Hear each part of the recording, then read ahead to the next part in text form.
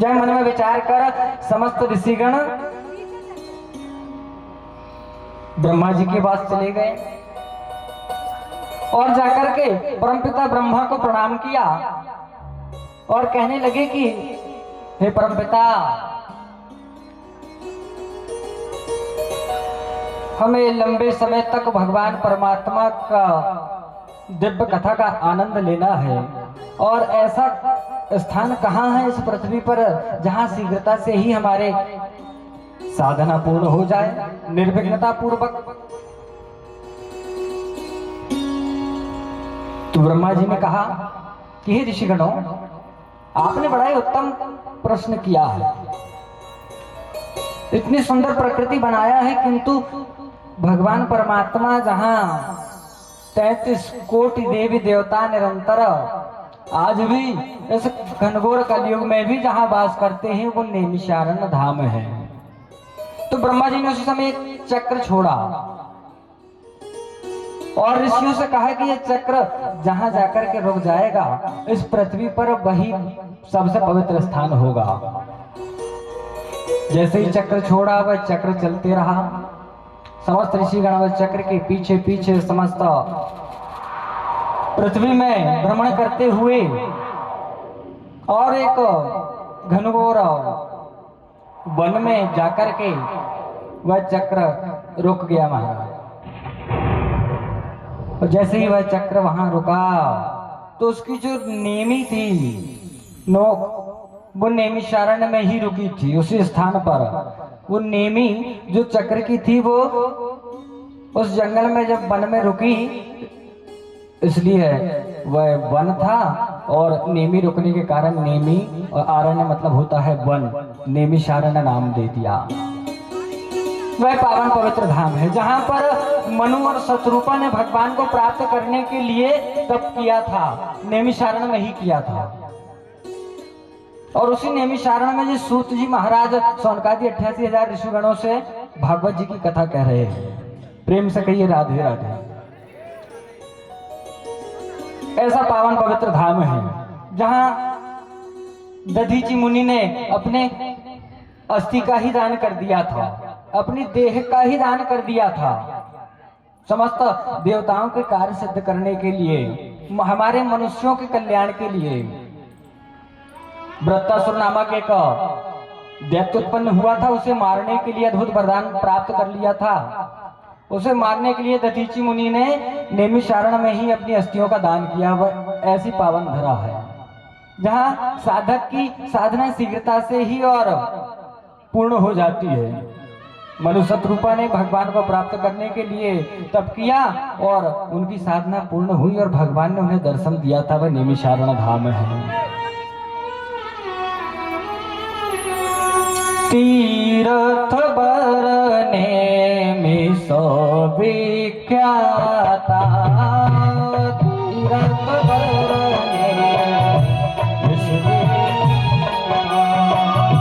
तीर्थ बरने में सो विख्याता, तीर्थ बरने विख्याता, तीर्थ बरने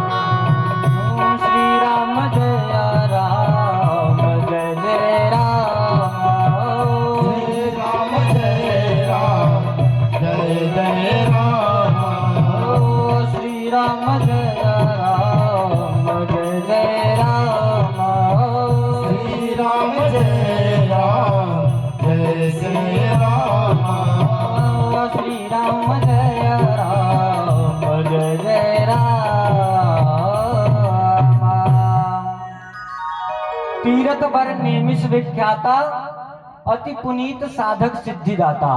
साधक को शीघ्रता से सिद्धि प्राप्त हो जाती है, ऐसा वह पावन पवित्र धाम नैमिषारण्य है। और वही नैमिषारण्य में जो 51 शक्तिपीठ हैं हमारी माता भगवती सती के जो अंग प्रत्यंग विभिन्न स्थानों पर गिरे थे, एक एक शक्तिपीठ बना। मैहर, नैना देवी इत्यादि जो ज्वाला देवी, ऐसे अनन्य जो शक्तिपीठ बने हैं। तो नैमिषारण्य में भी एक भगवती ललितांबा देवी शक्तिपीठ है, जहाँ माँ ललितांबा राजराजेश्वरी त्रिपुर सुंदरी नित्य ही निवास करती है। ऐसा है पावन पवित्र नैमिषारण्य धाम है। और उसी धाम में यह कथा कह रहे हैं सूत जी सौनकादि ऋषिगणों से, और कहने लगे कि भगवान परमात्मा सर्वेश्वर श्री कृष्ण को शीघ्रता से प्रसन्न करने के लिए सर्वप्रथम तुम्हें उनकी पराशक्ति का ध्यान करना पड़ेगा। पराशक्ति राधा रानी है, राधा रानी का ही ध्यान करना पड़ेगा, तब तुम्हारे मनोरथ सिद्ध होंगे। सौनक जी इत्यादि समस्त 88,000 ऋषिगण वह राधा का ही ध्यान करने लगे और पूछने लगे कि हे महाराज, भगवान परमात्मा की पराशक्ति राधा, भगवान तो स्वयं में ही सर्वश्रेष्ठ है। भगवान के अंदर तो स्वयं ही इतनी सामर्थ्य है कि अपनी भोह मात्र टेढ़ी करने से और प्रलय करा देते हैं। भ्रुकुटी विलास सृष्टि लय हुई।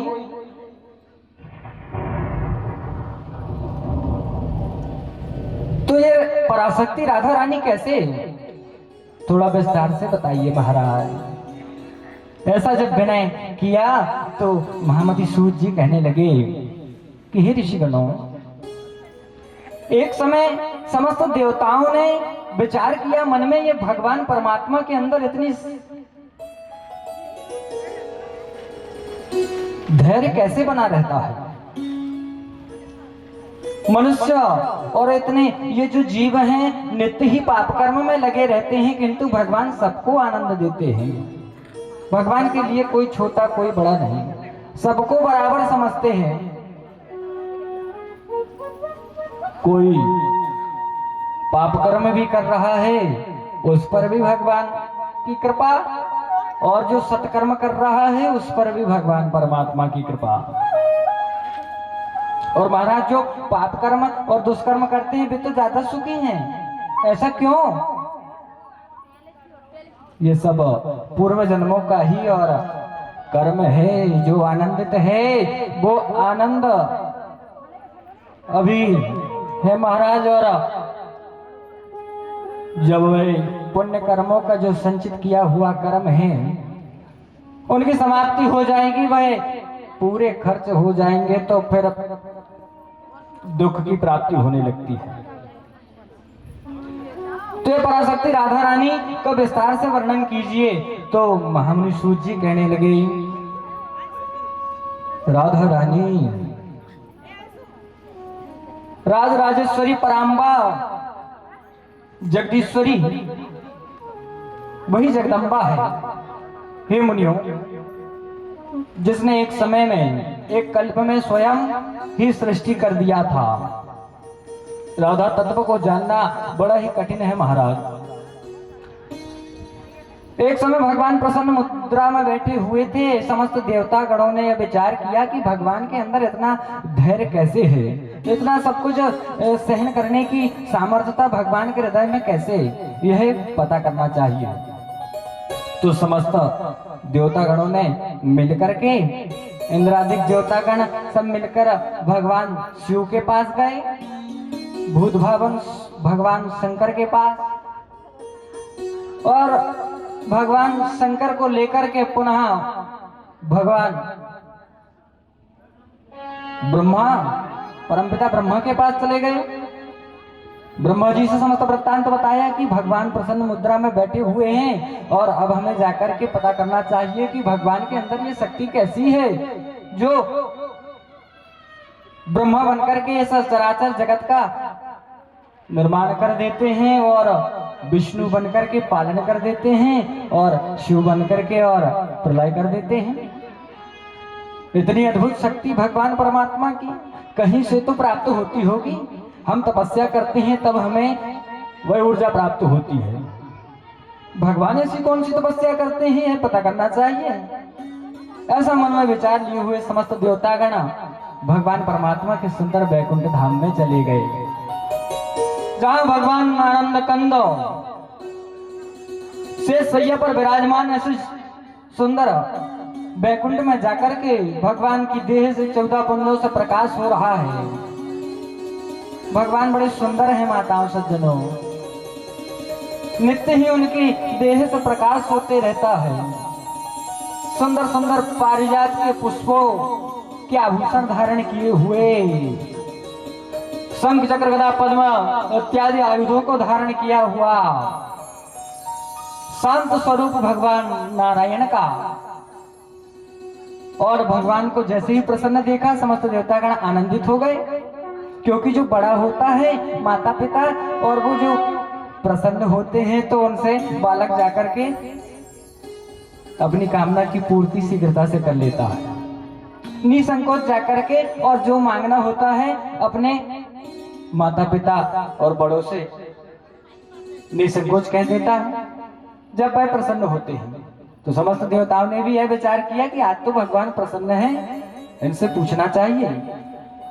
विनय करके परमपिता ब्रह्मा को आगे किया और पूछने लगे कि हे नारायण, प्रणाम किया, स्तुति किया और पूछने लगे कि नारायण, आपके अंदर ऐसी कैसी सामर्थ्यता है जिससे आप यह समस्त चराचर जगत का पालन पोषण करते हैं और सबको आनंदित करते हैं। कोई पाप कर्म भी करता है तो आपका क्रोध आपके बस में है, कभी आपको क्रोध नहीं आता, ये क्या कारण है? जब ऐसा कहा तो भगवान नारायण ने कहा कि हे देवतागणों, मेरे अंदर किसी प्रकार की शक्ति, कोई ऊर्जा नहीं है, वह तो सब मेरी पराशक्ति है जिसको कभी किसी ने देखा नहीं है। किंतु आप इतना आग्रह कर रहे हैं तो आज उस पराशक्ति के दर्शन आपको कराता हूं। उसके ही कारण मैं समस्त चराचर जगत का पालन पोषण करता हूं, सबको आनंदित कर देता हूं, भय से मुक्त कर देता हूं। और भगवान ने नेत्र बंद किया माताओं सज्जनों और पद्मासन लगाकर बैठ गए। उसी समय समस्त देवतागणों के देखते हुए भगवान की देह से दिव्य प्रकाश होने लगा। ऐसा प्रकाश समस्त दिशाओं में फैल गया, देवतागणों को आनंदित करने वाला, मुनियों को आनंदित करने वाला ऐसा जब प्रकाश हुआ और वह प्रकाश दिव्य तेज जैसे ही उत्पन्न हुआ तो सुंदर स्वरूप भगवती जगदम्बा राधा रानी का प्राकट्य हो गया। बोलो राधा रानी सरकार की जय हो। जैसे ही देवतागणों ने देखा प्रसन्न हो गए, देख करके आनंदित हो गए। ये राज है भगवान परमात्मा की शक्ति का, ये पराशक्ति है, इनके ही कारण भगवान सबको आनंदित करते हैं। सबके बड़े बड़े जो पाप कर्म हैं उनको क्षमा कर देते हैं। जो अपने से छोटों को क्षमा कर देता है वही बड़ा कहलाता है।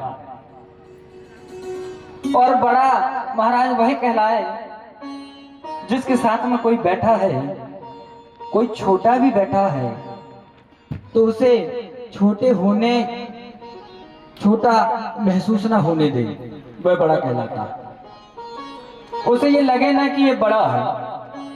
समान भाव रखते हुए आपस में चराचर जगत के समस्त जीवों में प्रेममय होकर के, एकतामय होकर के जो जीवन व्यतीत करता है वही सज्जन पुरुष है।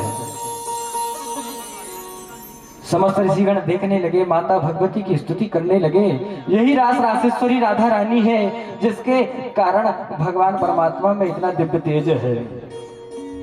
छवि ललित कमला कोटि सम नभ नील बरधारिणी शशि वदन कंज विलोचनी सिर चंद्रिका मृदुहासिनी आनंद मन गोविंद घन मंदिर अनन्य निवासिनी, घनश्याम धन हित चात की, घनश्याम धन हित मोरनी। ऐसी भगवती का स्तुति किया, समस्त देवतागण प्रसन्न हो गए, जान गए भगवान की पराशक्ति को, और राधे राधे रटते हुए सब अपने अपने दिव्य धाम में चले गए। और वही राधा रानी का हम आप सभी को ध्यान करना है प्रिय भक्त माताओं सज्जनों, जिनके नाम मात्र से भगवान परमात्मा शीघ्रता से ही प्रसन्न हो जाते हैं और सबको मनवांछित फल दे देते हैं। ऐसी वह राधा रानी है। बोलो वृंदावन बिहारी लाल की जय हो। राधे तेरे चरणों की, श्यामा तेरे चरणों की, राधे तेरे चरणों की, श्यामा तेरे चरणों की, राधे तेरे चरणों की, श्यामा तेरे चरणों की, राधे तेरे चरणों की, श्यामा तेरे चरणों की, गर धूल जो मिल जाए, सच कहता हूँ मेरी, सच कहता हूँ मेरी, सच कहता हूँ मेरी, सच कहता हूँ मेरी, तकदीर बदल जाए, राधे तेरे चरणों की, श्यामा तेरे चरणों की, राधे तेरे चरणों की, श्यामा तेरे चरणों की, घर धूल जो मिल जाए, सच कहता हूँ मेरा, ये सच कहता हूँ मेरे, तकदीर संवर जाए,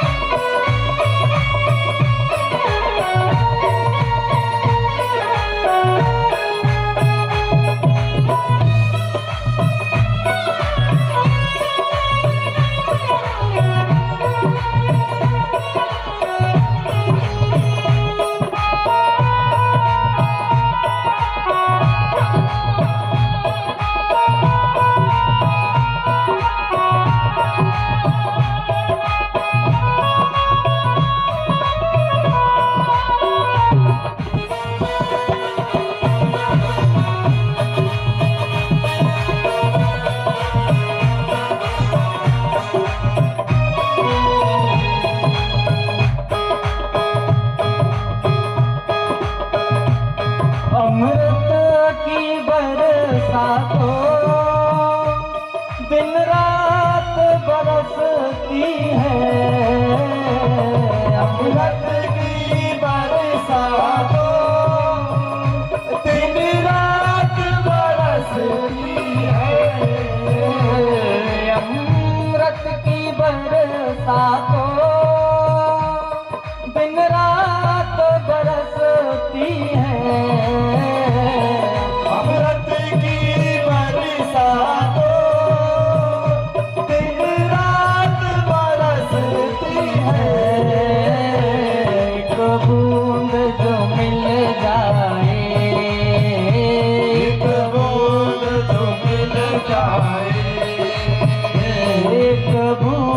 जो मिल जाए, एक बूंद जो मिल जाए, दिल की कली खिल जाए, राधे तेरे चरणों की, श्यामा तेरे चरणों की, राधे तेरे चरणों की, श्यामा तेरे चरणों की। गर धूल जो मिल जाए, सच कहता हूँ मेरी, सच कहता हूँ मेरी, तकदीर बदल जाए, राधे तेरे चरणों की, श्यामा तेरे चरणों की।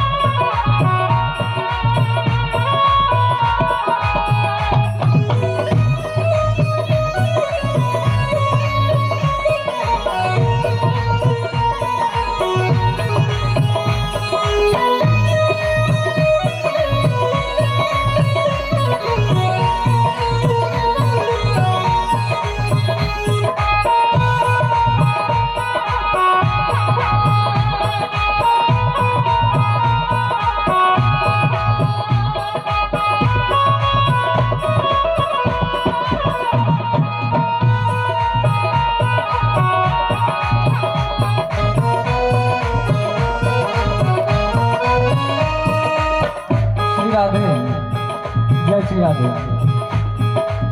वही राधा रानी का ही ध्यान करें माताओं सज्जनों, जो नित्य ही भगवान परमात्मा के दिव्य लोक गोधाम में, गोलोक में भगवान सर्वेश्वर श्री राधा कृष्ण दिव्य सिंहासन पर विराजमान है। समस्त पार्षद भगवान की सेवा में लगे हुए हैं। समस्त गंगा आदि नदियां भगवान सर्वेश्वर श्री राधा कृष्ण को पंखा झल रही है।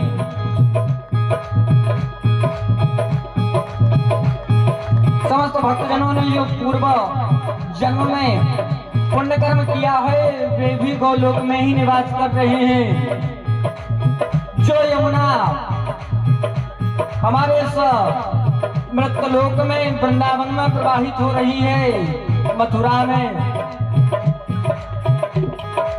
वही यमुना महारानी बिरजा नाम से वही यमुना गंगा गोलोक में भगवान के दिव्य धाम में प्रवाहित हो रही है। वही राधा रानी का ध्यान करें, क्योंकि मन को एकाग्र करना पड़ेगा। ये भगवान परमात्मा के दिव्य गुणानुवाद हैं जो हम आप श्रवण कर रहे हैं। मन बड़ा चंचल है, इधर उधर भागते रहता है। मन की गति बड़ी तीव्र है महाराज। मन को एकाग्र करें। ये मन बड़ा चंचल है, कैसे तेरा भजन करूं। ये मन बड़ा चंचल है, कैसे तेरा भजन करूं।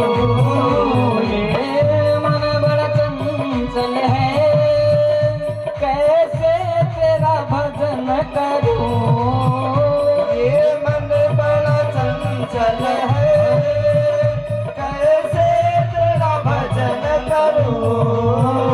जितना इसे समझाऊं, जितना इसे समझाऊं, जितना इसे समझाऊं, जितना इसे समझाऊं।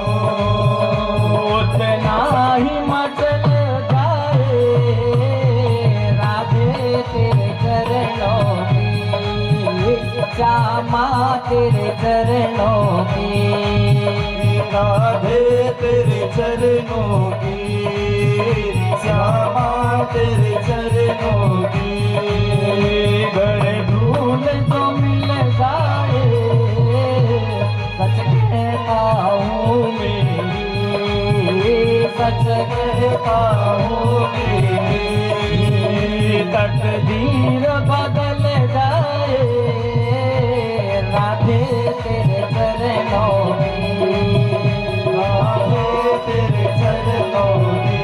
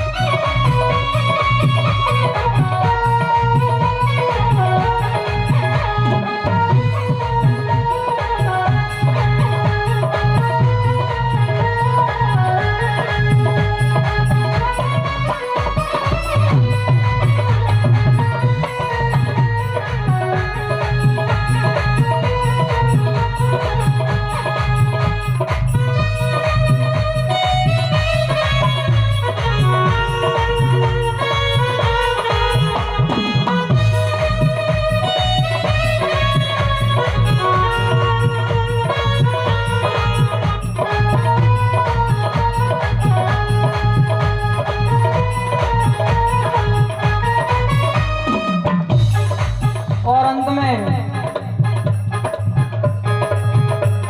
वह राधा रानी से ही प्रार्थना है कि इस जीवन में जो कर्म किया वो कर्म कर लिया माता, लेकिन जब प्राण निकले तो आपके ही चरणों में मन लगा हो और आपके ही दिव्य धाम को आ जाऊं। राधे मेरे जीवन की बस एक तमन्ना है, राधे मेरे जीवन की बस एक तमन्ना है, राधे मेरे जीवन की बस एक तमन्ना है, राधे मेरे जीवन की बस एक तमन्ना है। तुम सामने हो मेरे, तुम सामने हो मेरे, तुम सामने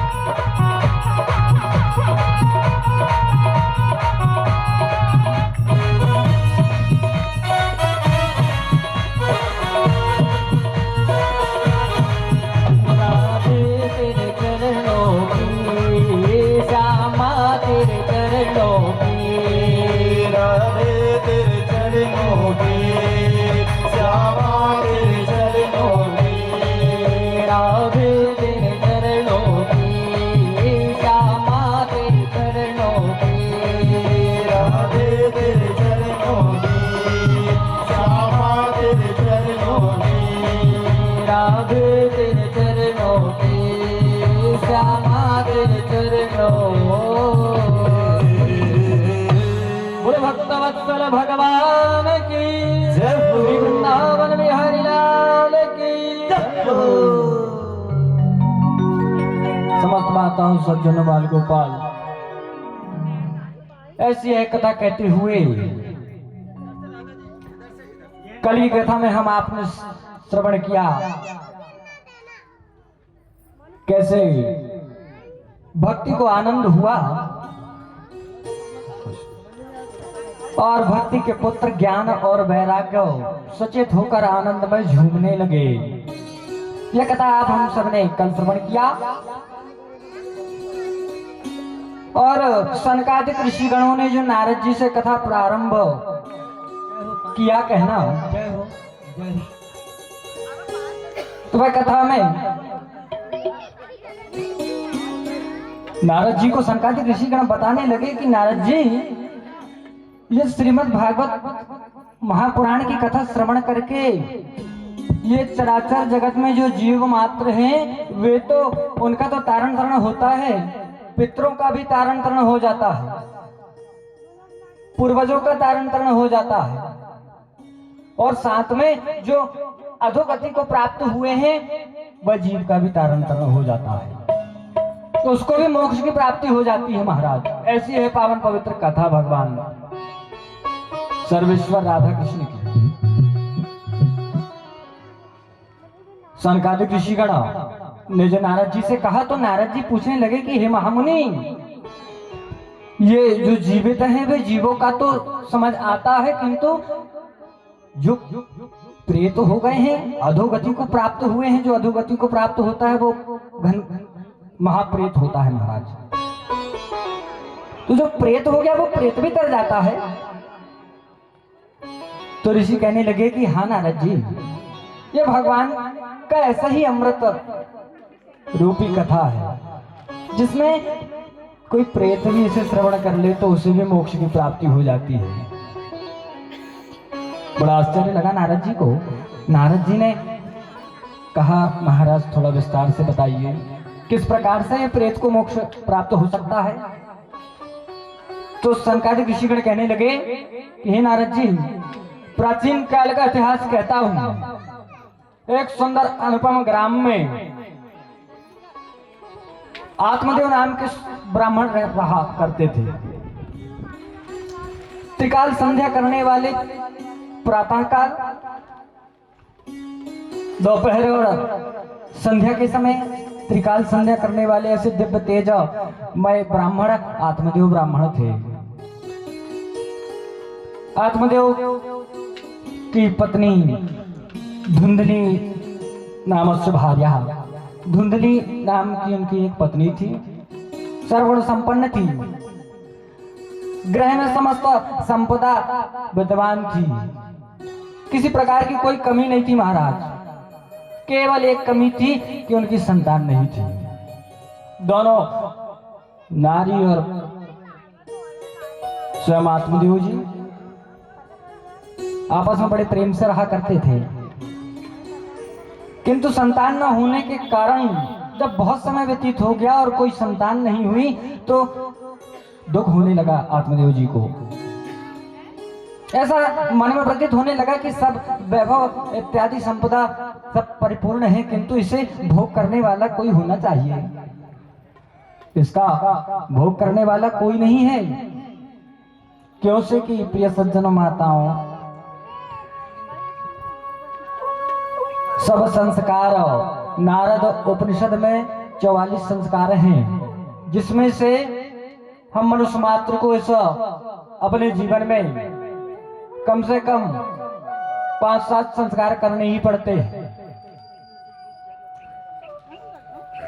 जन्म संस्कार, मुंडन, यज्ञोपवीत,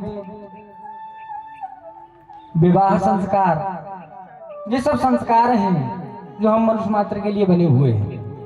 और एक होता है अंतिम संस्कार, लेकिन अंतिम संस्कार के लिए हम यहाँ जीवित नहीं होते, उससे हमारे जो पुत्र पौत्र इत्यादि होते हैं वह संस्कार हमारा किया करते हैं। और आत्मदेव जी यही बात अपने विचार में ला रहे हैं कि मेरी कोई संतान नहीं है, मेरा तारण तरण कैसे होगा, मेरा तो कोई पुत्र नहीं है।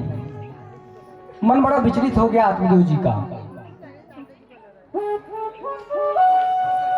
उत्तम मनुष्य का जीवन वह है जो अपने सर्वप्रथम पूर्वजों का उद्धार करे, क्योंकि जब तक आपके पूर्वज अधोगति को प्राप्त रहेंगे माताओं सज्जनों, तब तक आप कितना भी धन कमा लें, कितना भी सम्मान कमा लें, कितना भी ऐश्वर्य हो जाए, वैभव हो जाए, किंतु शांति मन को नहीं रहेगी।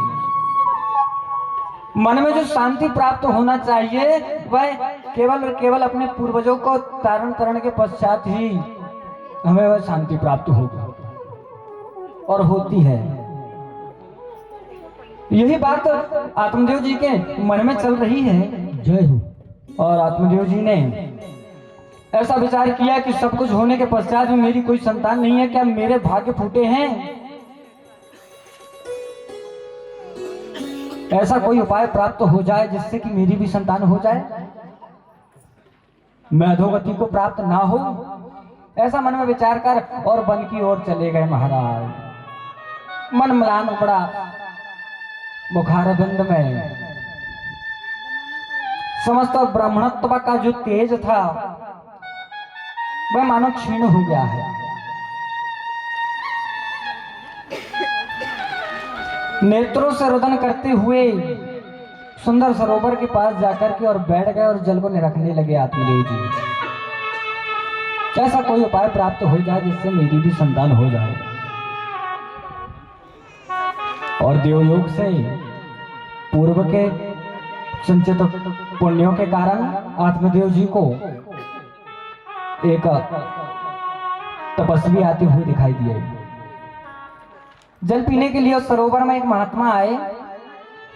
उन महात्मा को जैसे ही देखा आत्मदेव ने तो उन्हें जल पीने के पश्चात में जाकर के और चरणों में गिर गए आत्मदेव जी। कहने लगे कि महाराज मेरी दुख की निवृत्ति का कोई उपाय बताइए, मेरी कोई संतान नहीं है और मुझे संतान चाहिए। कम से कम एक पुत्र हो जाए जो मेरा तारण तरण कर सके, मेरे कुल को आगे बढ़ा सके। ऐसा जब कहा तो वह महात्मा ने एक क्षण मात्र में जैसे ही आत्मदेव जी के मस्तिष्क में देखा और मस्तिष्क की रेखाओं को देखकर कहा, तुम्हारे भाग्य में तो 7 जन्मों तक कोई संतान नहीं है महाराज, और जो परमात्मा ने प्रारब्ध में लिख दिया है उसको कोई टाल नहीं सकता। प्रिय सज्जन माताओं बंधुओं, जो प्रारब्ध में लिखा हुआ है उसे कोई मिटा नहीं सकता, ये सत्य है। और यही भी सत्य है कि समय से पूर्व और भाग्य के अतिरिक्त हमें कुछ प्राप्त नहीं हो सकता। जब समय आएगा और जो हमें प्राप्त होना है वो निसंकोच प्राप्त हो जाएगा, इसमें कोई संदेह की बात नहीं। समय से पूर्व और भाग्य में जो लिखा है उससे अधिक किसी को प्राप्त नहीं हो सकता। तो जैसे ही देखा महात्मा ने और ऐसा कह दिया 7 जन्मों तक तुम्हारी कोई पुत्र पौत्र इत्यादि संतान न होगी। आत्मदेव जी रुदन करने लगे, मन में बड़ा कुंठित हो गया मन। कहने लगे कि महाराज ये क्या कह रहे हैं आप, यदि ऐसी बात है तो मैं आपके चरणों में ही अपने प्राणों को त्यागन कर दूंगा, लेकिन मुझे किसी भी उपाय से संतान की प्राप्ति करा दीजिए, एक पुत्र प्राप्त हो जाए। जब अत्यधिक और इस प्रकार से हट कर दिया तो वह महात्मा बड़े तपस्वी थे, महामुनि अंगीरा थे, जिन्होंने तपस्या करके ही आ रहे थे और तपस्या का जो फल था वह आत्मदेव जी को दिया और कहा कि जाइए, आपके भाग्य में तो संतान का सुख नहीं है, किंतु ये फल तप का है, ये जाकर के अपनी नारी को खिला दीजिए, उत्तम संतान की प्राप्ति हो जाएगी। ऐसा जब कहा प्रसन्न हो गए आत्मदेव जी। ब्राह्मण थे, अपने गृह में उस फल को लेकर आया, अपनी नारी जो धुंधली नाम की नारी थी उसे दे दिया। वैसे तो वह सर्वगुण संपन्न थी, किंतु हर बात में महाराज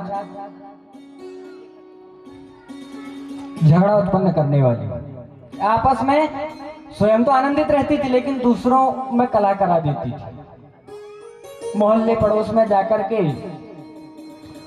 दूसरों की नारियों के कान भर देती थी और उनके गृह में जब अशांति फैल जाती तो उसे बड़ा आनंद होता, दूसरों को दुख देने में आनंद प्राप्त होता था। ऐसी वह धुंधली नाम की नारी थी। मन में ऐसा विचार करने लगी कि यह जो महात्मा ने दिया है फल, यह पुत्र प्राप्ति के लिए है, यह फल खाऊंगी और फिर गर्भधारण होगा, और गर्भधारण होगा तो बड़ा कष्ट होगा, और यदि किसी कारणवश हमारे ग्राम में आग लग गई या कोई बड़ा विपत्ति आ गई तो गर्भधारण किए हुए मैं तो भाग भी ना पाऊंगी। ऐसे कुतर्क भरे विचार मन में आने लगे। तर्क वितर्क करते हुए वह फल को लेकर के और अपने गृह में गौ को खिला दिया महाराज। और जैसे ही गौ को खिलाया, और आत्मदेव जी तो ब्राह्मण थे, पूजन पाठ में महाराज जी चले गए बाहर, कई कई दिनों तक बाहर रहते थे। तो धुंधली की एक बहन थी, वो बहन भी गर्भवती थी, उसे बुलाकर कहा मैं तुझे बहुत सारा धन दे दूंगी, तू अपनी संतान अपने पुत्र को मुझे दे देना। मैं मान गई।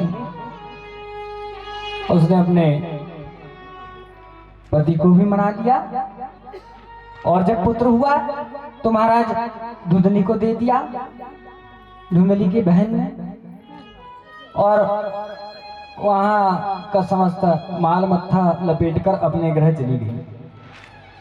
और फिर कुछ समय पश्चात जब आत्मदेव जी आए तो आत्मदेव की नारी ने कहा कि महाराज जी ये पुत्र हुआ है। आत्मदेव जी प्रसन्न हो गए। पुत्र को देखकर प्रसन्न हो गए, और उसी फल के प्रभाव से जो गौ को दिया था, गौ के उधर से भी एक समस्त अपने ही सामान, मनुष्य के सामान देहधारी एक पुत्र उत्पन्न हुआ था। गौ का पुत्र, लेकिन मनुष्य के सामान उत्पन्न हुआ महाराज। और जैसे ही जन्म लिया तो सब देखकर हर्षित हो गए। आत्मदेव जी के यहाँ दो दो पुत्र, दूर दूर से लोग आकर देखने लगे कि गौ ने भी और ऐसा पुत्र उत्पन्न किया है मनुष्य के सामान। सब कुछ तो अंग प्रत्यंग मनुष्य के सामान थे उस गौ के पुत्र का, लेकिन जो कान थे एक निशानी गौ माता की, वो उस पुत्र के अंदर कान गौ के जैसे थे महाराज। तो जब नामकरण संस्कार किया आत्मदेव जी ने, तो धुंधली से पूछा कि ये जो तेरा पुत्र हुआ है इसका नाम तुम्हारे ही नाम पर रख दो। तो उसने अपने पुत्र का नाम धुंधकारी रख दिया। और जो गौ का पुत्र हुआ था, गौकर्ण अंग प्रत्यंग मनुष्य के समान थे, लेकिन कान गौ के समान थे। तो आत्मदेव जी ने देखा इसका नाम गौकर्ण होना चाहिए, उसका नाम गौकर्ण कर दिया। अब समय कालचक्र चलते रहता है, कालचक्र चलते हुए समय का पता नहीं चलता महाराज। समय बड़ा बलवान है। हम आप सब यहाँ बैठे हुए हैं, कथा श्रवण कर रहे हैं, किसी को नींद आ रही है, किसी को आनंद आ रहा है। ये भगवान की कथा है। इसमें ब्रह्मा जी ने निद्रा देवी को वरदान दे दिया है, जहां भगवान परमात्मा की कथा हो, जहां भगवान का ध्यान हो रहा है निद्रा, तो उसी जगह जाना, और जाकर के जो भक्तगण बैठे हुए हैं जाकर के उनके पीछे बैठ करके और उनके नेत्रों को मूंद लेना। निद्रा ने कहा कि परमपिता, जहां भगवान की कथा चल रही है वहां जाने का मेरा क्या तात्पर्य है? जहां भगवान के भजन ना हो वहां जाना चाहिए मुझे। तो ब्रह्मा जी कहते हैं नहीं, जहां भगवान के भजन ना हो रहे हो, जहां भगवान नाम का स्मरण ना हो रहा हो, जहां भक्तगण भक्तिमय ना हो, वहां जाने की आवश्यकता नहीं है। वहां तो वैसे ही सो रहा है, वहां तो वैसे ही सो रहा है। लेकिन जहां भगवान का नाम हो, भगवान की कथा चल रही हो, वहां जाकर के और परीक्षा लेना कि उनके मन में भक्ति सुदृढ़ है या नहीं। राधे, ये परीक्षा लेना जाकर के भक्त की। तो इसलिए माताओं सज्जनों व निद्रा देवी हम आप सभी के पीछे बैठी हुई है, सबके नेत्र मूंद रही है। ये भगवान की कथा है और बड़ी गूढ़ कथा है भगवान की। इन्हें श्रवण करने के लिए मन को एकाग्र करना पड़ता है। 10 इंद्रिय 11वें मन को केंद्रित करना पड़ता है, तब यह भगवान की कथा हम समझ पाते हैं। क्योंकि हम तो मनुष्य मात्र हैं। कथा के लिए भगवान भूत भावन जो परम शिव है, उन्होंने भी मन को एकाग्र किया था। कैसे? प्रभु कर पंकज कपि के सीसा, प्रभु कर पंकज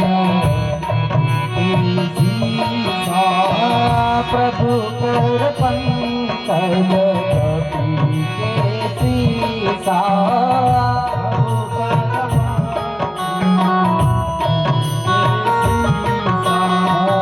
प्रभु कर पंकज कपि के सीसा, कर पंकज कपि के सीसा, सुमरि सुरसा मगन गौरीसा, सुमरि सुरसा मगन गौरीसा।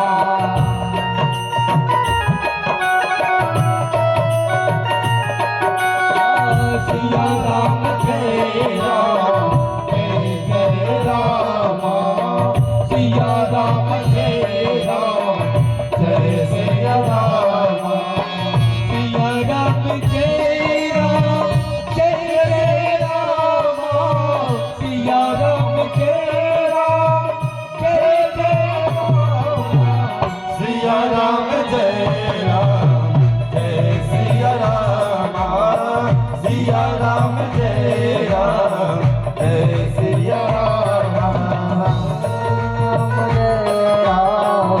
जय सिया राम। बोलिए भक्त वत्सल भगवान की जय हो।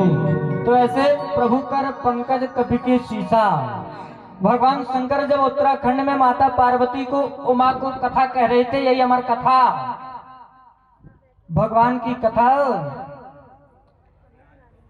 जब कह रहे थे तो माता उमा श्रवण कर रही थी और भगवान शंकर जब कथा कहते कहते मग्न हो जाते थे। जब वक्ता मग्न हो जाता है तो वह भजन करने लगता है। तो भगवान शंकर जब भगवान की अमर कथा कहते हुए मग्न हो जाते थे तो भजन करने लगते थे, नेत्रों को मूंद करके और आनंद मग्न हो जाते थे। तो माता पार्वती सोचती थी कि अब भगवान को लगता है भांग का गोला लग गया, अब भगवान मग्न हो गए हैं, लगता है इनको भांग चढ़ गई है। और माता उमा सो जाती थी। तो भगवान स्मरण करते थे, जब वह प्रसंग आता था माताओं सज्जनों, प्रभु कर पंकज कपि के सीसा, भगवान शिव ध्यान करते थे कि मैं कितना आनंद का समय था जब मैं भगवान परमात्मा के करीब था।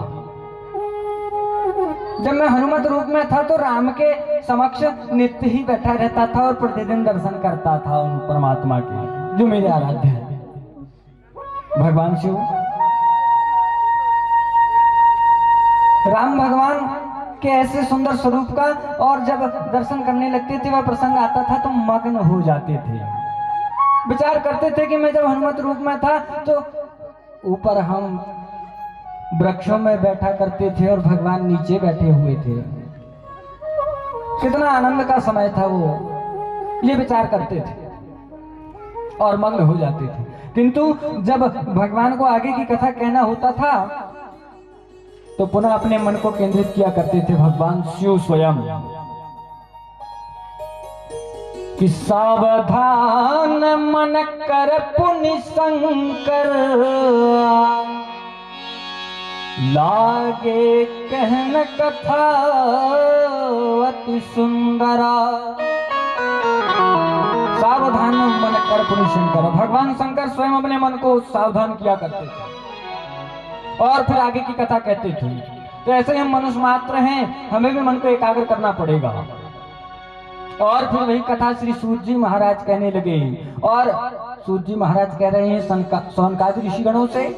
और इसी कथा को दूसरे प्रसंग में जो हम आपने सभी ने श्रवण किया, सनकादिक ऋषिगण जो 5-5 वर्ष की अवस्था के दिखाई देने वाले स्वयं साक्षात नारायण के यंश, वह भागवत जी की कथा हरिद्वार के आनंद घाट में नारद जी को श्रवण करा रहे हैं। ये श्रीमद् भागवत महापुराण है। और ऐसे सुंदर भगवान परमात्मा के कथा पांडाल में विराजमान समस्त माताएं, सज्जनों, बाल गोपाल, क्षेत्र से आए हुए, आसपास के ग्राम से आए हुए सभी भक्तगणों का स्वागत है, अभिनंदन है व्यासपीठ की ओर से, सभी का स्वागत है।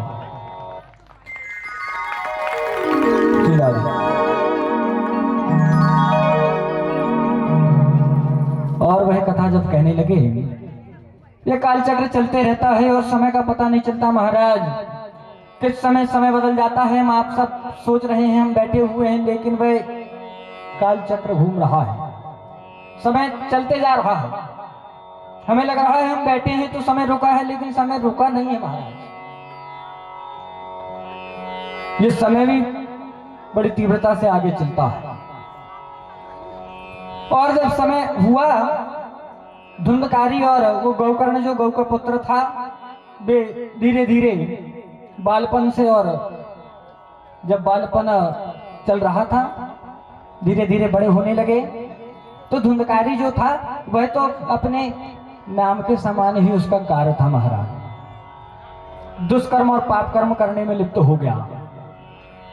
धुंधकारी अपने ग्राम में सोते हुए को घर में और आग लगा देता, छोटे छोटे बालकों को कुएं में ढकेल देता।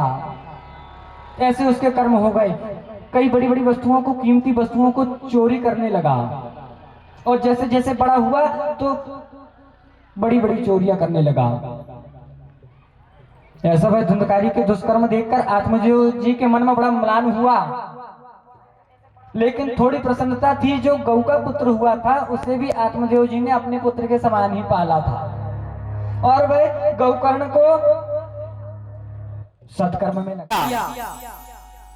काशी चले गए, किंतु ग्रह में जो धुंधकारी था उसके ऐसे पाप कर्म और दुष्कर्म देखकर आत्मदेव जी को बड़ा दुख हुआ कि मैं बिना संतान के ही और अच्छा था, कम से कम सुखी था। अब तो यह बड़ी बड़ी चोरियां करके लाता है और सब मुझे ही ताने देते हैं। ऐसा मन में जब विचार किया, और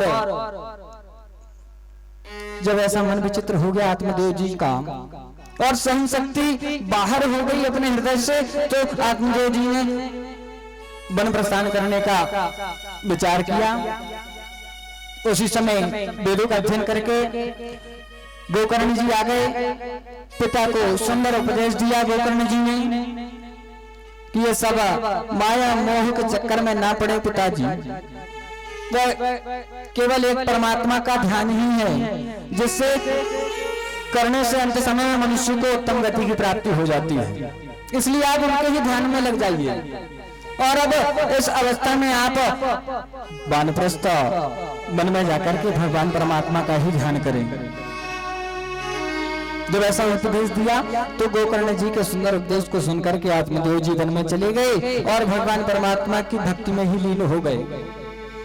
और यह धुंधकारी अनेक पापाचार करते हुए जब धीरे धीरे समय हुआ और युवावस्था हुई, बचपन में तो छोटी छोटी चोरियां करता था, लेकिन जब बड़ा हुआ तो बड़े घनघोर पाप करने लगा महाराज। वैश्यावृत्ति करने लगा, माता अकेली ढूंढ ली ग्रह में, और वैश्यावृत्ति करते हुए वैश्याओं को अपने ग्रह में ही लाने लगा।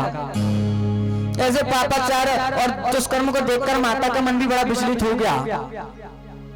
और भाई धुंधली ने भी जब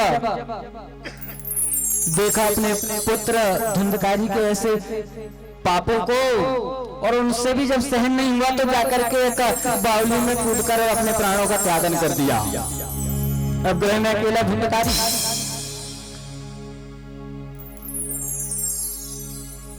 वैश्याओं को अपने ग्रह में ही रख लिया धुंधकारी ने। 5 वैश्याओं को लेकर आया और वो जो कामना करती उनकी कामनाओं की पूर्ति करने लगा। जाकर के चोरी करता, डाके डालता और समस्त माल मत्था लेकर के आकर और उन्हें देता वो वैश्याओं को। 5 वैश्याएं थी जो अपने ग्रह में रख लिया। समस्त ग्रामवासी भी उससे बड़े दुखी हो गए। ये ब्राह्मण का पुत्र है और इसके कर्म देखिए कैसे कर्म है। तो समस्त ग्रामवासी भी ईर्ष्या करने लगे और वे 5 वैश्याओं को जो रखा था महाराज, वे ही हमारी कर्मेंद्रिया, जिनकी पूर्ति करने के लिए हम समस्त जीवन को समर्पित कर देते हैं। झूठ बोल करके और पाप कर्म करके और धन कमाते हैं हमारी इंद्रियों को आनंदित करने के लिए, किंतु उन्हें आनंद की कभी प्राप्ति नहीं होती। कामनाएं तो कभी पूर्ण होती ही नहीं महाराज।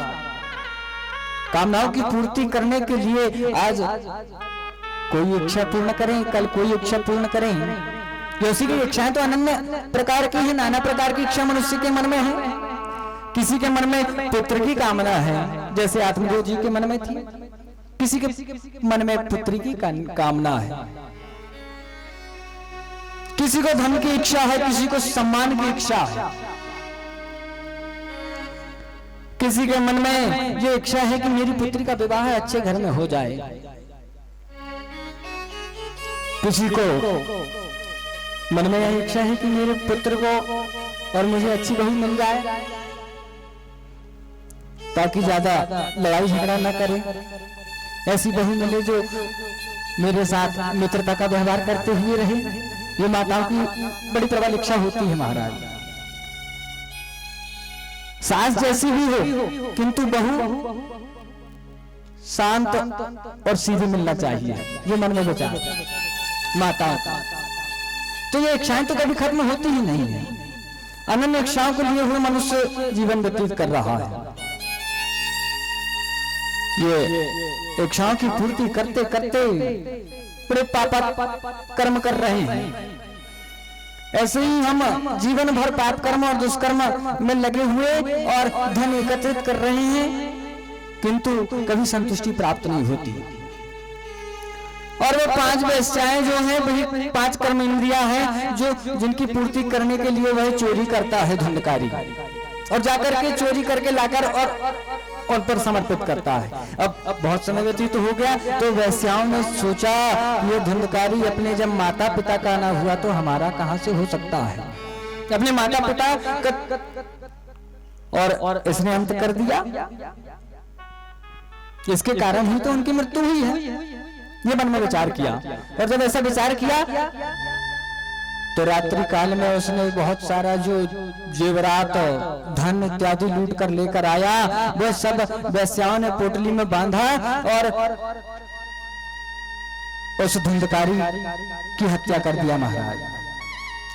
और जब वह मारने को उद्यत हुई तो वह चिल्लावे ना, और उसकी आवाज जो है ग्रामवासी न सुनने, इसलिए उसके मुख में धकते हुए अंगारे भर दिए, अग्नि से मुख म्लान कर दिया। ऐसी घनघोर और मृत्यु हो गई धुंधकारी की।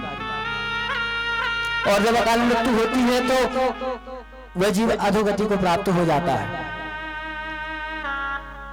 धुंधकारी अधोगति को प्राप्त हो गया और वैसे आए फिर उसी घर में गड्ढा खोद कर गड़ाया और चली गई, किसी को पता ना चले, और वह महाघनघोर प्रेत हो गया महाराज।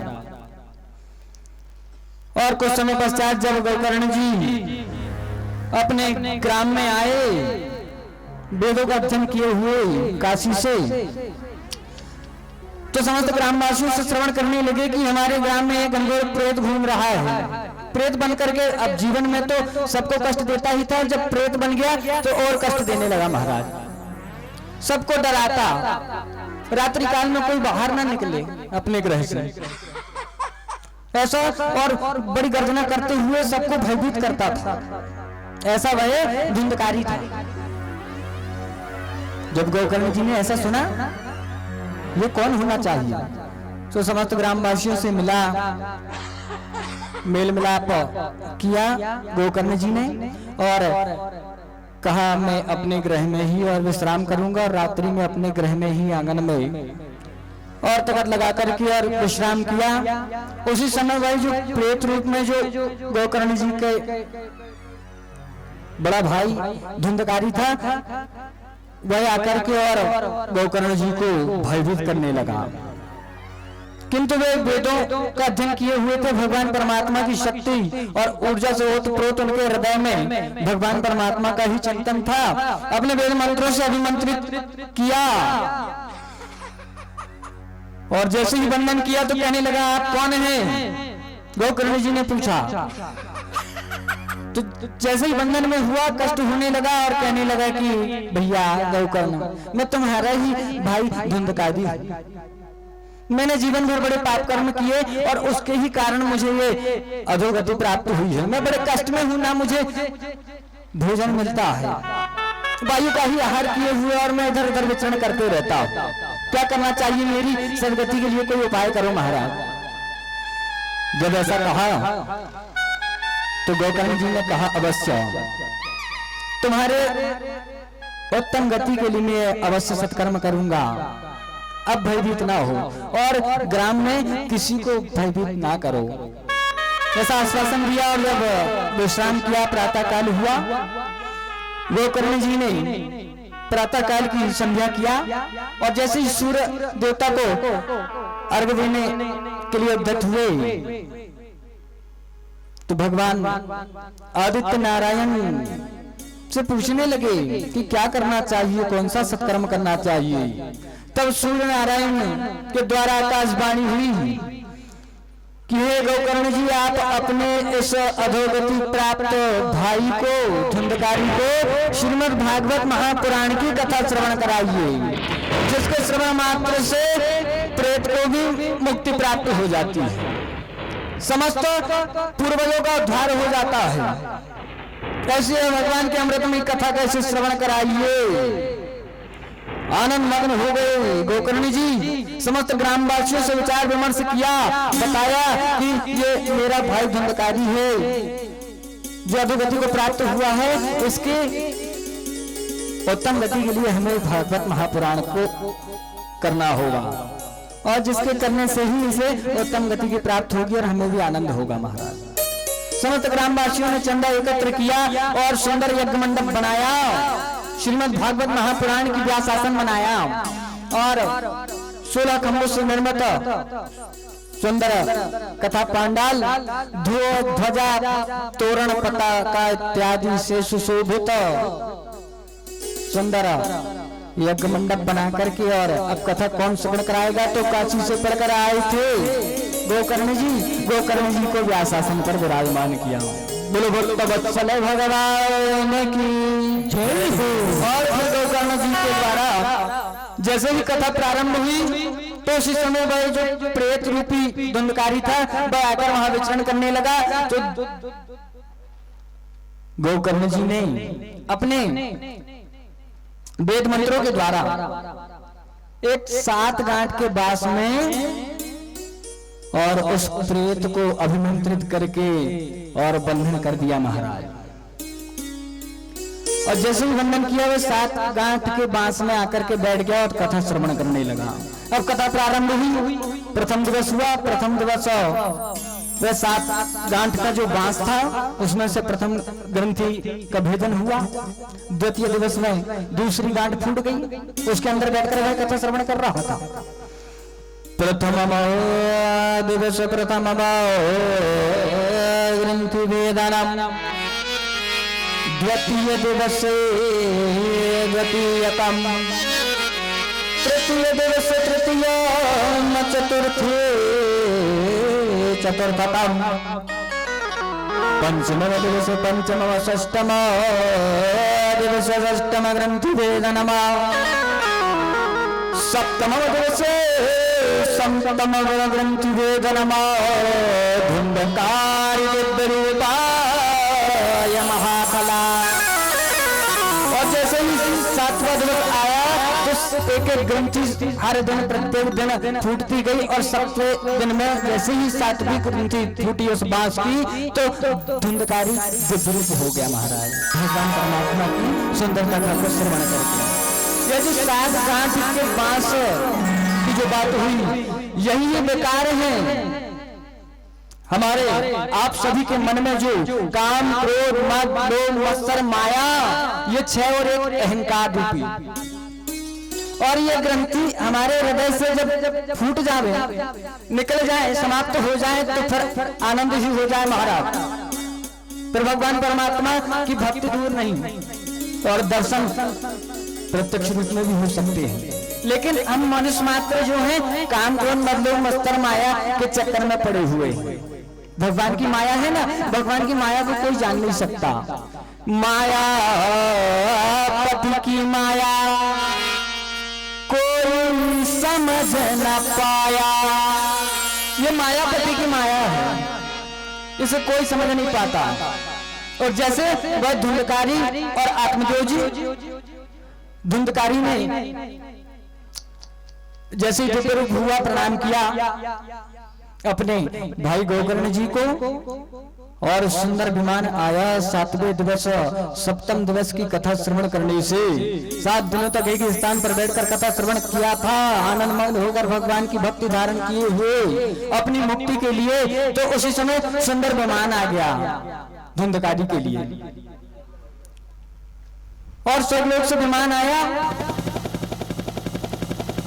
और आकर के धीरे धीरे वो विमान खड़ा हो गया महाराज और धुंधकारी जाकर के उसमें बैठ गया, दिव्य रूप हुआ, आनंद के साथ भगवान परमात्मा के ही दिव्य लोक को चला गया। कैसी है पावन पवित्र कथा है नारद जी जो प्रेत को भी मोक्ष की प्राप्ति करा देती है। यह प्रभाव है श्रीमद् भागवत महापुराण का। बोली वृंदावन बिहारी लाल की। इसलिए हम सभी को ही भगवान परमात्मा के चरणों में ही अपने मन को लगाना है, जैसे कि हमारे पूर्वजों का उद्धार हो सके और अमृतमय कथा का श्रवण करें कि हमारे जो पाप कर्म किए हुए अभी तक के जो पाप हैं वह सब भस्म हो जाए महाराज। इसलिए भक्तिमय होकर भगवान का ही ध्यान करेंगे। कान्हा के चरणों में मन को लगाए जा, कान्हा के चरणों में मन को लगाए जा, हो कान्हा के चरणों में मन को लगाए जा, गाए जा गाए जा हरि गुण गाए जा, गाए जा गाए जा हरि गुण गाए जा, गाए जा गाए जा हरि गुण गाए जा, गाए जा गाए जा हरि गुण गाए जा। भक्ति के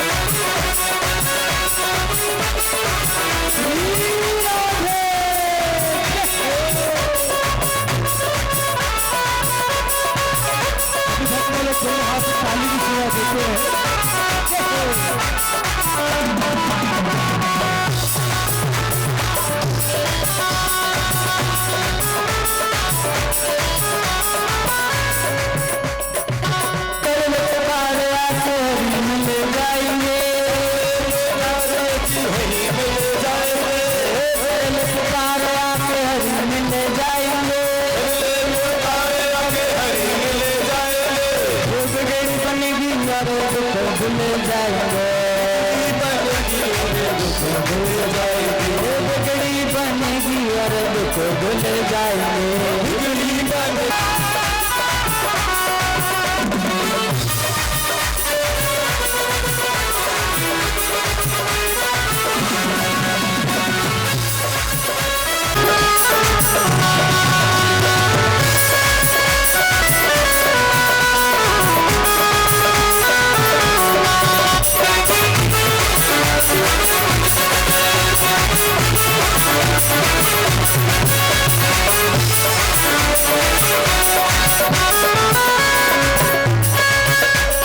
पाप को सहने कर पाप को जलाएगा,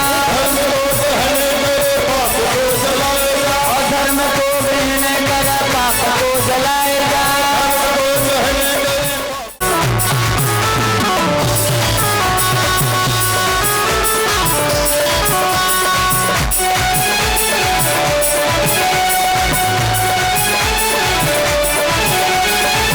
जय श्री राधे।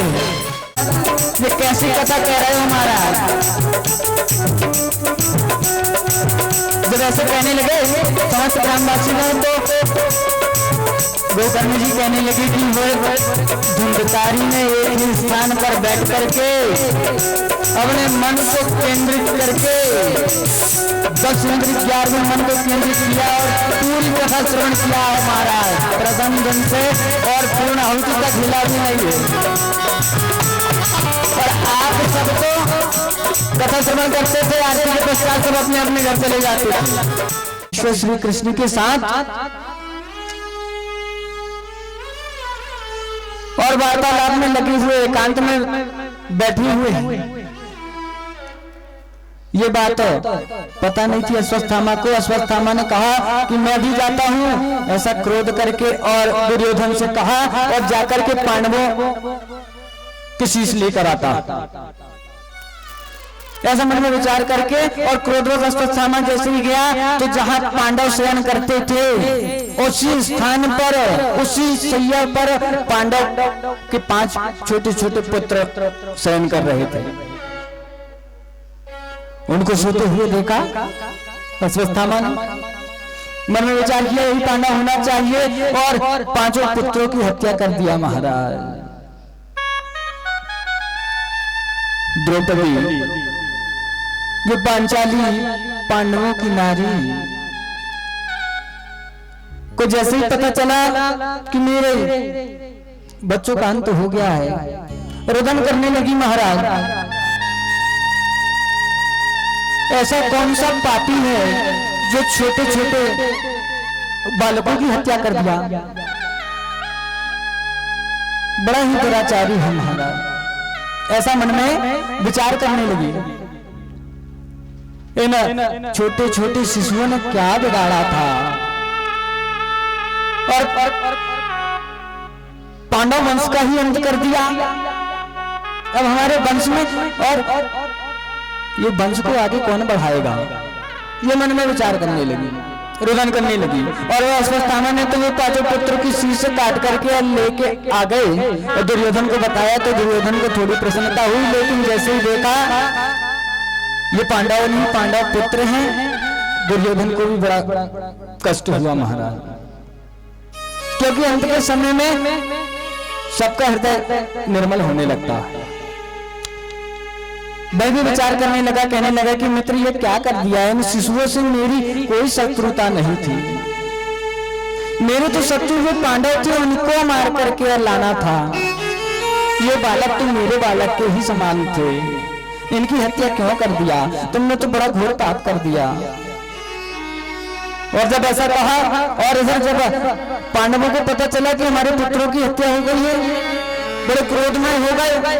द्रौपदी से जैसे ही मिला अर्जुन ने और प्रतिज्ञा किया उसी समय कि जिस पापी दुराचारी ने मेरे पुत्रों की हत्या किया है उसको लाकर के और तुम्हारे समक्ष ही दंड दूंगा। ये प्रतिज्ञा कर लिया अर्जुन ने। और भगवान परमात्मा श्री सर्वेश्वर कृष्ण को साथ लेकर के रथ लेकर के चल पड़ा अश्वत्थामा को ढूंढने। क्योंकि पता था एक ही योद्धा बचा है और वो अश्वत्थामा है जिसने मेरे पुत्रों का अंत किया है। ऐसा मन में और विचार कर क्रोधवश रथ में बैठ करके और जैसे ही चला तो वो भयभीत होकर अश्वत्थामा भी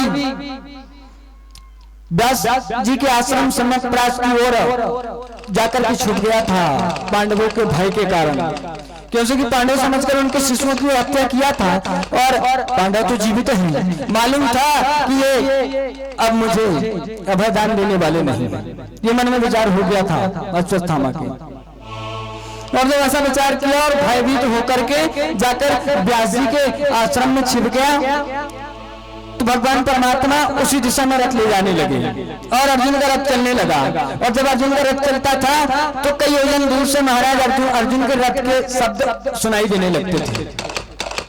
और उसी दिशा में जब रथ चलने लगा तो अश्वत्थामा को सुनाई दिया कि अब अर्जुन का रथ आ रहा है, क्या करना चाहिए, मैंने तो बड़ा पाप कर दिया है,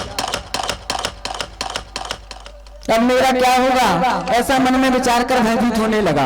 और जैसे ही रथ गया और व्यास जी के आश्रम के निकट जैसे ही पहुंचने लगा तो अश्वत्थामा के पास ब्रह्मास्त्र था और ब्रह्मास्त्र का सम्मान कर दिया अश्वत्थामा ने भयभीत होकर के क्रोधवश। और जैसे ही ब्रह्मास्त्र का सम्मान किया बड़ा दिव्य प्रकाश हुआ महाराज, और ऐसे प्रकाश हुआ देख करके अर्जुन भी आश्चर्यचकित हो गए। भगवान कृष्ण से कहने लगे कि हे केशव, यह अद्भुत प्रकाश ये क्या है जिसके कारण मेरी नेत्रों में चकाचौंध हो रहा है। ऐसे आश्चर्य का ठिकाना ना रहा। पूछने जब लगे तो भगवान तो सब जानते थे, भगवान ने कहा ये अश्वत्थामा ने ब्रह्मास्त्र का सम्मान किया है पार्थ, और ये ब्रह्मास्त्र को रोकने के लिए तुम्हें भी ब्रह्मास्त्र ही चलाना पड़ेगा, तब इनकी शक्ति बराबर होगी। कोई दूसरा अस्त्र नहीं है जो इसे काट सके। ऐसा जब कहा भगवान ने तो अर्जुन ने भी और ब्रह्मास्त्र का सम्मान किया। दिव्य घनघोर गर्जना हुई और जैसे ही दोनों अस्त्र चले, चलते चलते आपस में भिड़े और महान पृथ्वी में ऐसी कंपायमान हो गई महाराज, मानो प्रलयकालीन मेघ गरज रहे हैं। और इस प्रकार से वे अस्त्र आपस में मिल गए, शांत हुए, किंतु जो ब्रह्मास्त्र थे वह ब्रह्मास्त्र किसी न किसी को तो पीड़ा करेगा, ऐसा मन में विचार किया। तो वह जाकर के वह ब्रह्मास्त्र अभिमन्यु की नारी उत्तरा जो गर्भवती थी उसके गर्भ को पीड़ित करने लगे। और इधर अर्जुन ने अश्वत्थामा को बंदी बनाया और बना करके और अपनी नारी के समक्ष द्रौपदी के समक्ष जैसे ही लाया तो द्रौपदी को देखकर कहने लगे अर्जुन की अब बताइए इसे क्या दंड देना चाहिए, यही हमारे पुत्रों की हत्या करने वाला है, इसे क्या दंड देना चाहिए। तो द्रौपदी 5 पतियों की नारी सती, उसने जैसे ही उस अपने गुरुपुत्र को देखा तो महाराज करुणा आ गई, नेत्र सजल हो गए, कहे ये तो गुरुपुत्र है, अब इसने हत्या तो कर ही दिया है, किंतु गुरुपुत्र को मारने से हमें ब्रह्म हत्या लग जाएगी और ये पाप हमारे ऊपर चढ़ जाएगा, इसलिए इसे अभयदान दे दीजिए। इस प्रकार से उसे जीवन दान दिया और उसके मस्तिष्क में जो मणि थी वह मणि को निकाला और निकाल के उसे छोड़ दिया महाराज। और वह जो अस्त्र था वह उत्तरा के गर्भ को पीड़ित करने लगा। अब एक ही वंश को चलाने वाला पांडवों के वंश में जो जन्म लेने वाला शिशु था वह अभिमन्यु की नारी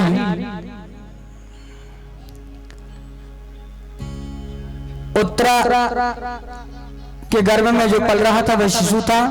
उत्तरा को बड़ी पीड़ा होने लगी, भगवान परमात्मा का ध्यान करने लगी, कहने लगी पाहि पाहि महायोगेन हे महाप्रभु। और ये जो कथा है वह कथा को महामुनि सुखदेव जी ने राजा परीक्षित को सुनाया है। और भाई परीक्षित का जन्म होने वाला है, जो उत्तरा के गर्भ में पल रहा है माता सज्जन, वह परीक्षित ही है। महाराज परीक्षित हमारे समक्ष में व्यासनंदन श्री सुखदेव जी का प्राकट्य हुआ है और श्वेतद्वीप से पधारे हुए श्री सुखदेव जी का अभिनंदन स्वागत, मुख्य विमान तिलक चंदन कर उनका स्वागत करें।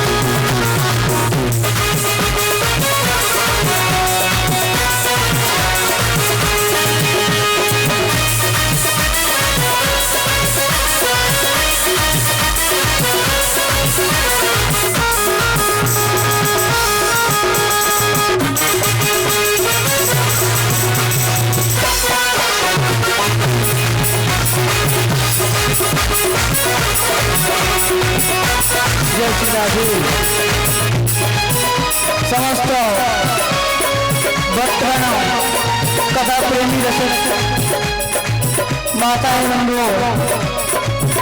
क्षेत्र से आए हुए, आसपास के ग्राम से आए हुए समस्त ग्रामवासीगण, सभी भक्तों को भगवान के दरबार में स्वागत है, अभिनंदन है। हमारे बीच में परम पूज्य गुरु जी श्री सुशील तिवारी जी का आगमन, RSS जो नवयुवकों को उत्साहित करने वाले ऐसे गुरु जी का आगमन हुआ है। स्वागत है, अभिनंदन है महाराज। और इस मंच में हमारे कथा पांडाल में उपस्थित हमारे बड़े पिताजी श्रीमान श्री सुरेश दुबे जी भी विराजमान है। उनके पद चरणों में भी प्रणाम है, वंदन है और उनका भी अभिनंदन है, स्वागत है। और समस्त भक्तगणों का अभिनंदन है, स्वागत है। ये भगवान परमात्मा का दरबार है, यहाँ सब हम बराबर है। श्री राम। अरे दुनिया के साथी है सबसे निराले, दुनिया के साथी है सबसे निराले, दुनिया के साथी है सबसे निराले, दुनिया के साथी है सबसे निराले।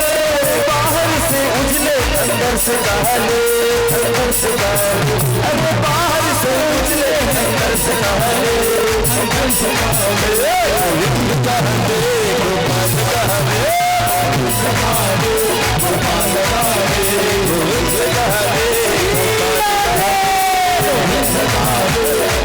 गोपाल जीवन की नैया को पार लगा ले, जीवन की नैया को पार लगा ले। सबको आनंदित किया है। और जन्म लेते ही जैसे ही जन्म लिया तो समाधिस्थ थे, यम नियम प्राणायाम इत्यादि कई और प्राणायामों के पश्चात में समाधि लगती है, किंतु वे समाधिस्थ ही थे। ऐसे परमहंस थे श्री सुखदेव जी महाराज, जो व्यास जी के पुत्र थे। और जैसे ही जन्म लिया तो विरह कातर आजुभाव तन्मयता तरबोधनिष्टम, और वन की ओर जाने लगे तो विरह से कातर होकर व्यास जी भी उनके पीछे पीछे जाने लगे। व्यास जी सुखदेव जी पुत्र पुत्र पुकारते हुए पीछे पीछे चलने लगे। तब उसी समय समस्त वृक्षों ने तन्मय होकर और व्यास जी को मानो ये सीख दिया कि ये पुत्र का मोह त्याग दीजिए, आप तो बड़े ज्ञानी हैं, इसे त्याग करके और संसार को समर्पित करें। ये समस्त संसार चराचर जगत के कल्याण के लिए ही इनका जन्म हुआ है। और वृक्षों ने इस प्रकार से बताया, अपने पत्र पुष्प और फलों को गिरा दिया। व्यास जी समझ गए ये मोह को जब वृक्षों ने भी त्याग दिया तो मैं इतना और भगवान परमात्मा का ध्यान करने वाला इस माया में क्यों पड़ रहा हूं। तो इस प्रकार से सुखदेव जी चले गए श्वेतद्वीप और व्यास जी पुनः अपने आश्रम आ गए और हमारे समस्त संसार के कल्याण के लिए इन्हें हमें समर्पित कर दिया। ऐसे सुखदेव जी हैं महाराज, जिन्होंने ये पंचम पुराण श्रीमद् भागवत महापुराण को हमारे लिए और रसमयी बना करके और राजा परीक्षित को सुनाया। वही प्रसंग हम आप सभी श्रवण करते हैं और आनंदित होते हैं और अपने हृदय में भक्ति को स्थापित करते हैं। प्रिय माताओं सज्जनों, ऐसे सुखदेव जी, बोलिए सुखदेव जी महाराज की जय, व्यास जी महाराज की जय, भक्तवत्सल भगवान की जय हो। श्री राधे। तो वही कथा श्री सूजी महाराज शंकादि ऋषियों से कहने लगे कि वो जो ब्रह्मास्त्र था वो उत्तरा अभिमन्यु की नारी के गर्भ को पीड़ित करने लगा महाराज। अब ब्रह्मास्त्र का भी मान रखना था, किंतु जब पीड़ा होने लगी तो भगवान परमात्मा की ही और स्तुति करने लगी थी उत्तरा। अर्जुन के पुत्र अभिमन्यु की नारी पांडव वंश को आगे बढ़ाने के लिए एक ही और जो शिशु पल रहा था वो उत्तरा के गर्भ में पल रहा था। उसको सुरक्षित जन्म देने के लिए क्या करना चाहिए, बड़ी पीड़ा हो रही है। भगवान परमात्मा का ही ध्यान करने लगी, पुकारने लगी, पाहि पाहि महायोगेन देव देव जगतपते नान्यम तद्भयं पश्ये यत्र भगवान् मधुसूदनः। हे मधुसूदन, मेरी इस पीड़ा को दूर कीजिए और मेरे ये पुत्र को बचा लीजिए। मेरा अंत हो जाए तो हो जाए, किंतु मेरे इस पुत्र को बचा लीजिए जो अपने वंश को आगे बढ़ा सके। जब ऐसी विनय किया तो भगवान शरणागत वत्सल हैं, जो भगवान की शरण में चला जाता है माताओं सज्जनों तो भगवान शीघ्र ही उस पर कृपा कर देते हैं, शीघ्रता से प्रसन्न हो जाते हैं। एक बार समर्पण कर दीजिए अपने मन वचन कर्म से भगवान के निमित्त। यदि हमने समर्पण कर दिया तो भगवान परमात्मा आनंदित कर देते हैं। ऐसे वे अकारण ही करुणा करने वाले हैं, इसलिए उन्हें अकारण करुणावरुणालय कहा जाता है। ऐसे भगवान परमात्मा है। तो भगवान ने उत्तरा की पुकार सुना और जाकर के उत्तरा के गर्भ में सूक्ष्म रूप धारण करके और उसे गर्भ की रक्षा किया। वैसे तो भगवान प्रकट होते ही गर्भ में कभी जाते नहीं, किंतु भगवान ने अपनी भक्त की रक्षा के लिए अपने नियम को भी बदल दिया है। ऐसे परमात्मा है। और फिर परीक्षित जी का जन्म हुआ, जिन्होंने श्रीमद् भागवत महापुराण का श्रवण किया है। बोलिए परीक्षित जी महाराज की जय हो। और जैसे ही जन्म लिया तो वह ब्रह्मास्त्र का भी मान रखना था कुछ क्षणों के लिए, और अमृत अवस्था हो गई बालक की। सब रोदन करने लगे। माता कुंती खड़ी हुई है, माता परीक्षित की उत्तरा खड़ी हुई है, और सब खड़े होकर देख रहे हैं पांडव इत्यादि ये पुत्र को जीवित करे माधव। और ऐसा जब विचार किया और भगवान परमात्मा से विनय किया तो भगवान ने जैसे ही अपनी अमृतमय दृष्टि परीक्षित के ऊपर डाला, उस शिशु को जैसे ही देखा तो भगवान के अमृतमय दृष्टि से प्राणवायु प्रवेश हो गई और वह बालक प्रदान करने लगा। महाराज बोलिए भक्तवत्सल भगवान की ऐसे पावन पवित्र कथा जो हमारे ग्राम माछीवाड़ा में श्रीमान हरचंद जी सनोडिया उनके धर्मपत्नी मेमवती सनोडिया जी के निज निवास पर बड़े उत्तम संकल्प के द्वारा हम आप सभी श्रवण कर रहे हैं। और यह अमृतमयी धारा चलते हुए आज द्वितीय दिवस पूर्ण हुआ। आगे की कथा हम आप सभी कल पुनः श्रवण करेंगे। अब आरती का समय हो गया है। जय श्री राधे श्याम। मैंने बांध लिया प्रेम बाला कंगना, मैंने बांध लिया प्रेम बाला कंगना, आओ आओ हरि आओ मोरे अंगना, आओ आओ अंगना, आओ आओ हरि आओ मोरे अंगना,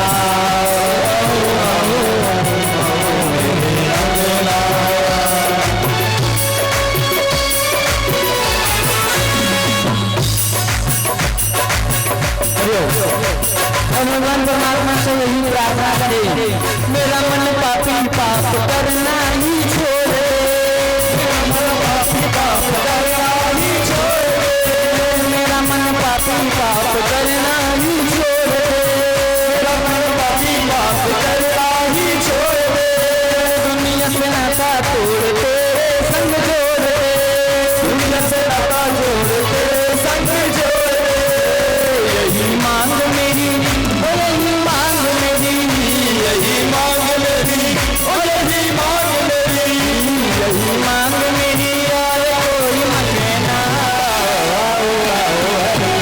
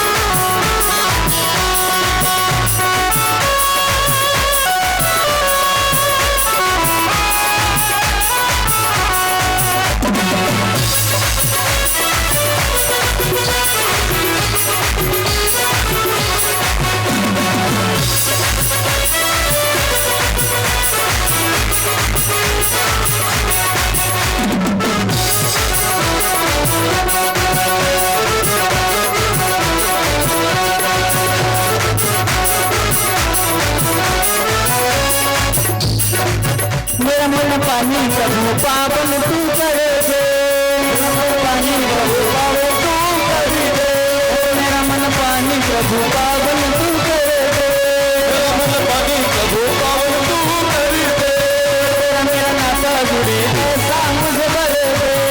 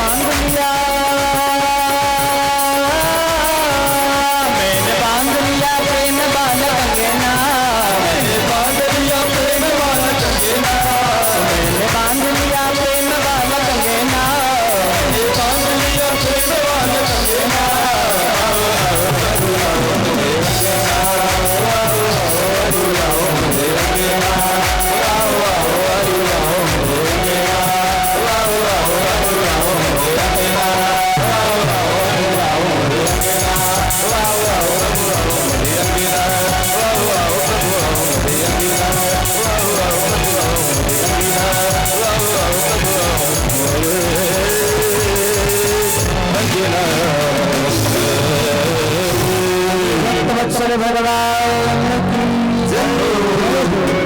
सभी आपस में परस्पर मिलजुल कर और आनंदित रहे हमारा यह मधुबन स्वरूप ग्राम ऐसे ही मधुबन के सामान और चमकता रहे। बोलिए माछीवाड़ा ग्राम की भागवत महापुराण की भक्तवत्सल भगवान की और समस्त भक्तगण भगवान परमात्मा की आरती के लिए शांति पूर्वक अपने स्थान पर यथावत खड़े हो जाइए। ओम नीराजनम सुमंगलम कर्पूरे नचा समन्वितम चंद्रार्कवज्र सदृशं महाविभो नमः। अदात्गं पूज्यामि श्रीज्वालामालिन्यै नमो नमः। श्रीमाते बिहारी तेरी आरती गाऊं, माते बिहारी तेरी आरती गाऊं, तुझे बिहारी तेरी आरती गाऊं, तुझे बिहारी तेरी आरती गाऊं, प्यारे तुमको जाऊं, आरती गाऊं, प्यारे तुमको जाऊं, तेरी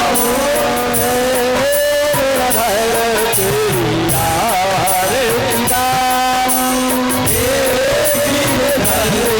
तेरी आरती गाऊं, बाके प्यारे तेरी आरती गाऊं, बाके प्यारी तेरी आरती गाऊं।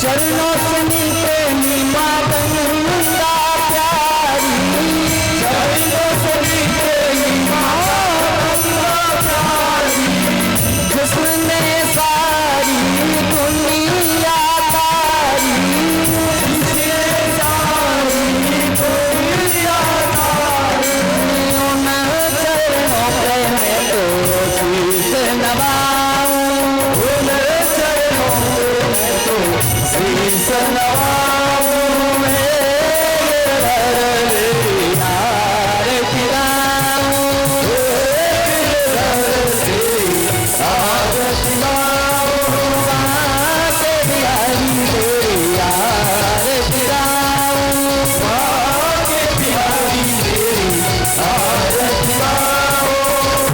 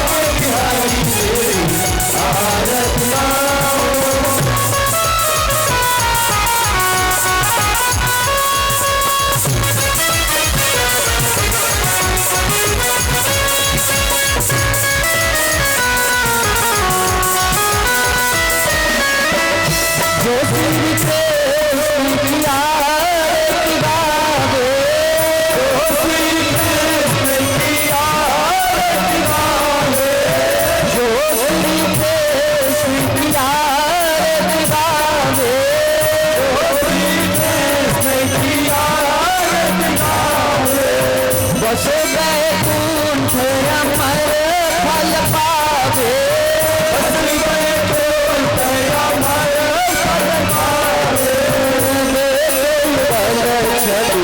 बलि बलि जाऊं, बलि बलि जाऊं,